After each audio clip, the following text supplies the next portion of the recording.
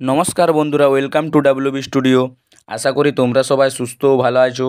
तो आजकेर এই ভিডিওতে ট্রান্সফার রিলেটেড কিছু আপডেট তোমাদের সাথে শেয়ার করার আছে, তাই ভিডিওটি শেষ পর্যন্ত দেখার অনুরোধ রইল। ও আমার চ্যানেলে নতুন হলে চ্যানেলটি প্লিজ সাবস্ক্রাইব করে রাখবে সবাই।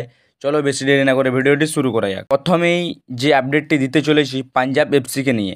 পাঞ্জাব এফসি বজেনিয়ার একটি অ্যাটাকিং লেফট উইংয়ের প্লেয়ার আসমির সালজিককে 32 বছর বয়সী এই প্লেয়ার, যার মার্কেট ভ্যালু 80 লাখ টাকা, এই প্লেয়ারকে কিন্তু পাঞ্জাব এফসি সাইন করে নিয়েছে অফিসিয়ালভাবে।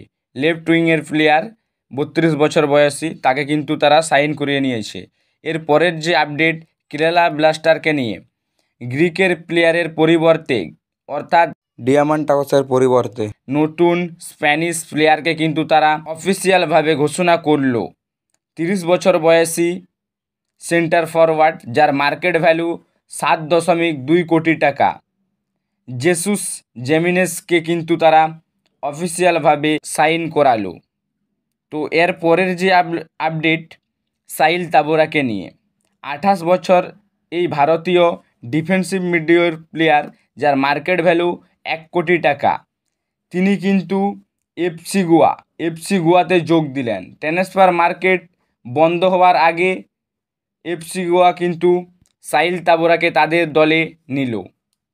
তো এটি খুবই ভালো সাহিল তাবরার জন্য, এবং তিনি কতটা গেম টাইম পাবেন এটির উপরও কিন্তু অনেকটা প্রভাব পড়বে। এবং লাস্ট যে আপডেটটি দিতে চলেছি বিকাশ সিংকে নিয়ে। 23 বছর বয়সী এই ভারতীয় লেফট উইংয়ের প্লেয়ার, যার মার্কেট ভ্যালু 1.2 কোটি টাকা, তিনি বর্তমানে ছিলেন কেরালা ব্লাস্টার এফসি দলে।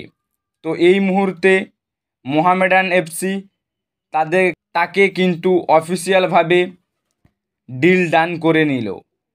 এই বিকাশ সিং মোহামেডানের হয়ে আগেও খেলেছিলেন, মোহামেডানের প্রাক্তন ফুটবলার, তিনি কিন্তু কেরালা ব্লাস্টারে যুক্ত ছিলেন।